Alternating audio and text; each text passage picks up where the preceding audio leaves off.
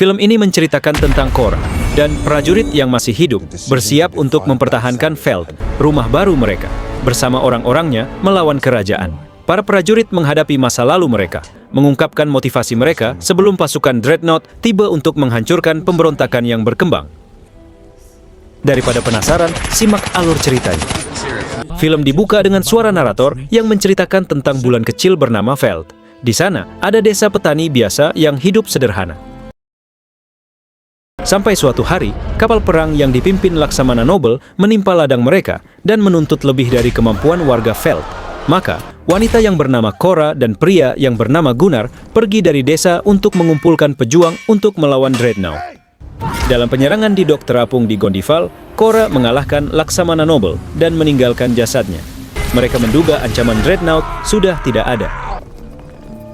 Cora dan Gunnar kembali ke desa dengan para pejuang yang berhasil dikumpulkan. Sam kemudian mengabarkan hal itu kepada Aris. Aris yang merupakan prajurit Imperium dihubungi komandannya untuk melapor. Tapi Aris memberikan laporan palsu dengan menyatakan semua baik-baik saja. Bahkan hasil panen mengalami kemajuan dan diperkirakan bisa diserahkan sebelum target yang ditentukan. Kemudian ditampilkan robot yang bernama Jimmy, yang dulunya salah satu mesin tempur Imperium, mengamati dari kejauhan seolah menunggu. Aris yang kini berada di pihak Veld melaporkan kepada Cora tentang armada tempur Dreadnought yang akan tiba dalam 5 hari. Salah satu pejuang, Titus, meminta seluruh warga desa berkumpul, memotivasi mereka, lalu menjelaskan bahwa gandum merupakan hal yang sangat penting bagi para tentara Mother World. Oleh karena itu, warga harus menggunakannya sebagai perisai yang akan melindungi desa dari bombardir. Titus juga mengatakan akan melatih para warga ilmu bela diri agar dapat ikut bertempur ketika tiba saatnya. Saat malam, ketika semuanya beristirahat, Cora menceritakan kisah masa lalunya yang pedih yang menjadikan wanita itu buronan Dreadnought. Cora adalah anak angkat dari Balisarius, yang dulunya bekerja melindungi keluarga kerajaan, khususnya Tuan Putri. Pada suatu hari, sang raja yang lelah akan pertumpahan darah memutuskan untuk mengambil pendekatan politik dan cara-cara damai dalam penaklukan, yang mana hal ini ditentang keras oleh Balisarius karena kekuatan militernya menjadi tidak berguna dan bahkan merasa dilemahkan. Oleh karena itu, bersama-sama para bangsawan, ia mengatur suatu pertemuan dengan keluarga kerajaan untuk melakukan pembantaian. Cora pun dipaksa mengikuti perintah sang ayah untuk menghabisi seluruh pengawal raja, terutama Putri Isa. Tentu saja Cora tidak tega untuk melakukannya, namun sang Tuan Putri dengan tulus mengatakan memaafkannya. Namun sangat mengejutkan, karena setelah itu, Cora dituduh telah berkhianat dan menghabisi seluruh keluarga kerajaan. Oleh karena itu, para prajurit pun diperintahkan untuk menangkap Cora. Tentu saja Cora tidak tinggal diam, tapi karena tak tega menghabisi sang ayah, maka satu-satunya pilihan baginya adalah melarikan diri. Status buronan tersebut memaksa Cora untuk mengubah namanya. Dari yang dulunya, Artilais menjadi Cora, seorang yatim piatu korban perang dan berprofesi sebagai petani di Veltede. Pagi harinya, para petani dan pejuang diharuskan bangun pagi-pagi sekali untuk mengurus panen.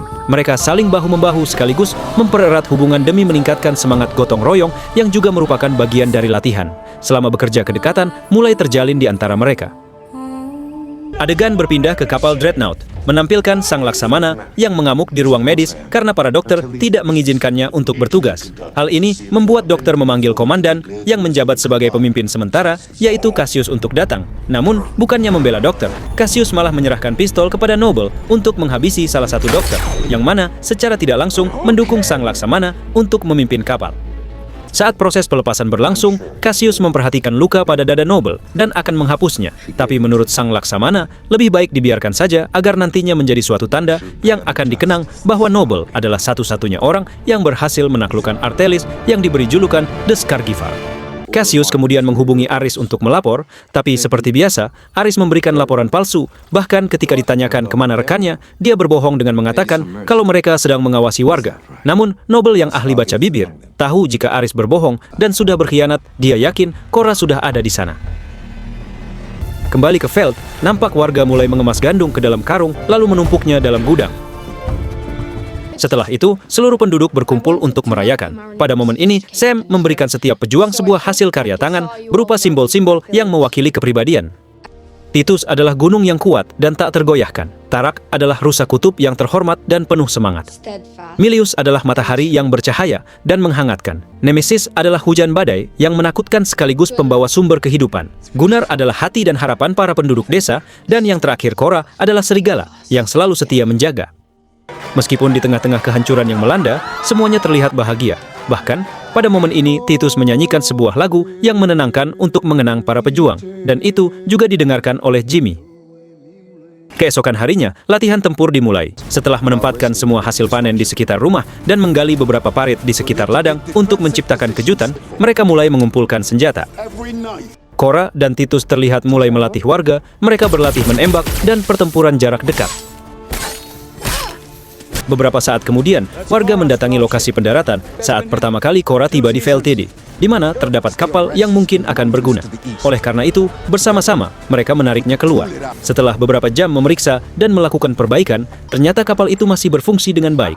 Malam harinya, ketika para pejuang berkumpul, Titus mengusulkan agar masing-masing dari mereka menceritakan latar belakang yang menjadi alasan perjuangan untuk menghancurkan Imperium. Titus memulai duluan dengan menceritakan bahwa dia dikirim Balisarius untuk menakuti sebuah daerah, tapi daerah itu tetap memilih merdeka, sehingga Titus diperintahkan menghancurkan ibu kota. Tapi Titus menolak, akibatnya pesawatnya ditembak jatuh. Hal itu membuat Titus melawan balik pasukan Motherworld. Namun dia menyadari pasukannya akan habis, sehingga dia membuat kesepakatan dengan menukar penyerahan dirinya dengan nyawa pasukannya. Tapi setelah dia ditangkap, pasukannya tetap dieksekusi dengan kejam. Karena itulah, Titus sangat merasa bersalah atas tindakannya, sehingga dia bersumpah tak akan pernah menyerah lagi. Selanjutnya, Milius yang menceritakan tentang dirinya yang berasal dari desa yang sama dengan desa yang sekarang mereka tinggali. Orang-orang di desanya sangat ketakutan dengan Motherworld, sehingga pilihan mereka cuma diperbudak. Hingga suatu hari, kelompok pemberontak Blood X menyerang tempat itu, menghabisi pasukan Motherworld dan membebaskan para budak. Hal itu membuat Milius kagum dan bergabung dengan kelompok pemberontak untuk melindungi desa-desa seperti desanya. Nemesis menceritakan bahwa desanya hanyalah desa nelayan kecil, tapi pasukan Motherworld tetap menghancurkannya tanpa sisa. Nemesis mengatakan bahwa bangsa mereka adalah bangsa yang cinta damai. Tapi sebenarnya, pada zaman dahulu, mereka adalah bangsa yang gemar berperang. Tapi dia belum pernah membunuh dan meneteskan darah hingga akhirnya menumpahkan darahnya sendiri untuk terlahir kembali menjadi makhluk balas dendam. Tarak menceritakan kalau dia sebenarnya adalah seorang pangeran, sang ayah yang mencoba menemui Imperium untuk menyatakan kemerdekaan, namun tetap menjalin hubungan damai, dihabisi, dan mayatnya dikirim kembali ke istana sebagai peringatan akan invasi. Tak lama kemudian, pasukan Imperium pun menyerbu, menghancurkan segalanya tanpa pandang bulu. Demi mempertahankan keturunan, Tarak diperintahkan untuk melarikan diri, sedangkan sang ratu memutuskan untuk mengakhiri segalanya, termasuk kerajaan mereka. Tarak kemudian bersembunyi bersama para pengungsi, berjuang untuk bertahan hidup demi menjaga garis keturunan raja, serta bersumpah akan membalas Imperium. Sedangkan Kora sendiri memilih menutup diri kepada rekan-rekan pejuang dengan mengatakan bahwa dirinya adalah seorang yatim piatu yang pernah menjadi prajurit biasa di Imperium. Titus pun mulai curiga, tapi sama sekali tidak memaksa. Keesokan harinya, Kora menuju ke pegunungan untuk menyembunyikan kapal di dalam gua di balik air terjun. Di sana, wanita itu dihampiri oleh Jimmy. Keduanya membicarakan perang di masa lalu yang penuh dengan pertumpahan darah, sempat kehilangan tujuan sejak kematian sang raja. Jimmy pun mengungkapkan bahwa dirinya kini berjuang untuk melindungi yang lemah. Sayangnya robot itu menolak bergabung dengan para pejuang, karena berdasarkan perhitungan tak ada peluang bagi kelompok Kora untuk memenangkan pertempuran. Beberapa waktu kemudian, apa yang dinantikan pun tiba. Kapal Dreadnought terlihat muncul dari balik awan, dan untungnya penduduk desa telah menyelesaikan semua persiapan. Di dalam Dreadnought, Noble dan beberapa perwira melakukan pemantauan menggunakan radar dan menyadari bahwa tembakan tak bisa dilepaskan karena gandum-gandum melindungi rumah penduduk, dan selain itu mereka juga mengamati salah satu rumah berisi beberapa orang yang diyakini wanita dan anak-anak. Noble pun memutuskan untuk memimpin pasukan secara langsung dan berpura-pura bernegosiasi dengan Kora. Kora meminta Noble untuk mengambil yang mereka butuhkan dan segera kembali untuk menghindari pembantaian terhadap pasukannya. Mendengar itu, Noble balik mengancam Kora dengan mengatakan bahwa saat ini pasukannya sudah bergerak dan siap menyerang warga. Kora pun bimbang, dia memberi kode kepada Pak Tua untuk meletakkan palunya, karena biar bagaimana itu bukan palu Thor. Kora lalu berbalik dan memeluk Gunnar. Ternyata dia berniat menyerahkan diri, meski Gunnar menahannya, tapi dia tetap pada keputusannya. Namun tiba-tiba, dia menyadari kalau senjatanya hilang. Ketika dia berbalik, itu sudah terlambat. Bunyi lonceng adalah tanda serangan dimulai. Tentu saja Noble marah besar dan segera melompat masuk ke dalam terowongan untuk menghabisi penduduk desa satu demi satu sehingga membuat siasat mereka terganggu. Beberapa tentara mencoba melarikan diri dengan kendaraan lapis baja. Namun penduduk tak tinggal diam dan segera melempar bom untuk menggagalkan upaya tersebut. Sementara itu, sekelompok tentara lain melakukan penyerbuan di salah satu rumah tanpa menyadari Nemesis telah siap di sana. Meskipun merupakan pejuang yang hebat dan meskipun mendapat bantuan dari Sam, tapi pertempuran menjadi semakin sulit karena para prajurit terus berdatangan seolah tak ada habisnya. Kembali ke Noble yang telah meninggalkan terowongan untuk menuju ke kapal terdekat. Di saat yang sama, seorang penduduk desa bernama Dan segera melompat dengan maksud untuk menghabisi sang laksamana. Namun, tentunya itu bukan suatu ancaman bagi Noble, sehingga dengan mudah menghabisi Dan yang malang. Kembali ke Korra dan Gunnar yang menaiki kapal lama Korra. Mereka menggunakan bom asap untuk membantu penyamaran dengan tujuan menyelinap ke dalam Dreadnought. Mengira Korra dan Gunnar adalah tentara yang datang dengan kapal rusak. Tanpa pikir panjang, segera prajurit Imperium menerima, dan setibanya di sana, keduanya pun dibawa ke ruang medis. Sementara itu di desa, kalimat-kalimat yang diucapkan Titus dan Tarak sangat menginspirasi para penduduk untuk terus berjuang tanpa takut. Mereka menghadapi para tentara Imperium, bahkan melancarkan serangan-serangan brutal yang tak terbayangkan. Di rumah lain, Nemesis masih terus bertarung menghadapi tentara yang terus berdatangan. Sampai akhirnya, tangan mekanik Nemesis terpotong. Sam juga mengalami kesulitan. Namun, di saat-saat terakhir, Aris datang dan segera menumbangkan seorang tentara. Tak mau menyerah, Nemesis tetap melanjutkan pertarungan meski dengan satu tangan. Saat terpojok, seorang bocah datang membantu yang memungkinkan Nemesis untuk menyerang balik dan menghabisi prajurit terakhir. Kemudian, wanita tangguh itu pun mengucapkan selamat tinggal. Di terowongan, sebagian besar penduduk sudah tewas, sehingga seorang pejuang yang tersisa memutuskan untuk mengaktifkan peledak yang ikut menewaskan para tentara Imperium. Namun tak lama, berselang mesin-mesin tempur mulai berdatangan, yang membuat Titus dan Tarak kesulitan meski telah mengerahkan seluruh kekuatan. Mesin-mesin itu terus menggempur tanpa memberikan kesempatan kepada warga untuk melawan, sampai akhirnya Milus melakukan sesuatu yang nekat. Kembali ke Dreadnought, di mana Korra dan Gunnar mendapatkan kesempatan untuk melancarkan serangan dan menghabisi para tentara. Keduanya pun kini berpencar memasang peledak di beberapa titik. Seragam membuat Korra dan Gunnar bebas menjelajah. Namun setelah meletakkan peledak, salah satu penjaga menyadari Korra adalah Artelais. Wanita itu pun segera menghabisi si penjaga, memulai pertarungan sengit dengan para pekerja di ruang mesin. Salah satu tentara melaporkan tentang penyusup wanita, yang mana Noble segera mengetahui bahwa itu adalah Korra. Dia terlihat senang karena secara teknis mereka telah berhasil menangkap Korra. Segera Noble memerintahkan prajurit mempersiapkan meriam untuk menghancurkan desa. Dia sama sekali tidak peduli dengan gandum, apalagi para prajurit yang sedang bertempur, karena yang terpenting baginya adalah misi. Sementara itu di desa, para penduduk dan pejuang sangat kewalahan menghadapi mesin tempur yang terus berdatangan. Di saat nyaris kehilangan harapan, tiba-tiba saja sesuatu yang misterius datang. Ternyata itu adalah Jimmy. Segera dia beraksi menunjukkan kekuatan dari mesin tempur yang sebenarnya. Kembali ke Dreadnought, Gunnar menunggu dengan cemas di kapal, sementara Korra masih menghadapi para tentara yang terus memaksanya untuk bertarung. Korra lalu mengambil pedang, kemudian melanjutkan perjalanannya. Lalu ditampilkan para petugas yang telah menargetkan meriam tepat ke arah desa.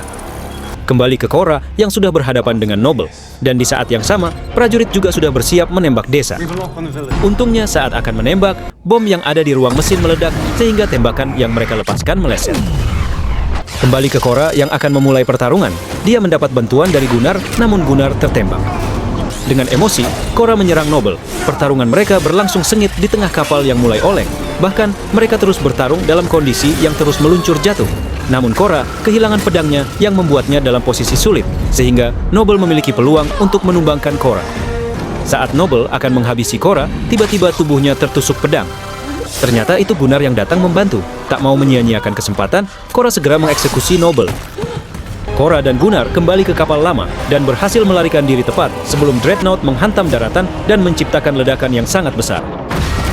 Tak lama berselang kapal Korra melakukan pendaratan darurat. Lalu Korra pun bergegas membantu Gunnar. Sayangnya semua upaya terlambat. Setelah mengungkapkan cintanya kepada Korra, Gunnar pun beristirahat dengan damai. Meski pemimpinnya telah mati, namun tentara Imperium tetap melancarkan aksi untuk menyerang. Untungnya para pemberontak Blood Axe yang dipimpin oleh Devra datang memberikan bantuan. Mereka menghabisi sisa-sisa tentara Imperium, sekaligus menyelesaikan pertempuran yang terjadi. Mereka pun merayakan kemenangan dengan cara masing-masing. Hanya Korra yang menangisi kepergian Gunnar. Malam harinya, semua mengucapkan selamat jalan kepada Nemesis, Gunnar, dan para penduduk yang telah gugur dalam medan pertempuran. Film pun ditutup dengan menampilkan Korra yang merasa bersalah, sehingga menceritakan latar belakangnya, termasuk tentang pembantaian keluarga kerajaan, namun Titus mengungkapkan suatu rahasia besar, bahwa tidak mungkin tembakan dapat menewaskan Putri Issa, karena gadis itu memiliki kekuatan yang sangat besar. Kini Korra merasa cukup lega dan mengajak semuanya bersatu untuk mencari keberadaan Putri, melawan Imperium, serta membebaskan seluruh planet jajahan. Semua pejuang dan pemberontak pun sepakat untuk membantu, termasuk Jimmy yang telah menemukan kecocokan antara tujuannya dan tujuan para pejuang, yaitu melindungi yang lemah. Bagaimanakah kisah selanjutnya? Mampukah Korra dan rekan-rekan menemukan Tuan Putri Issa dan tamat?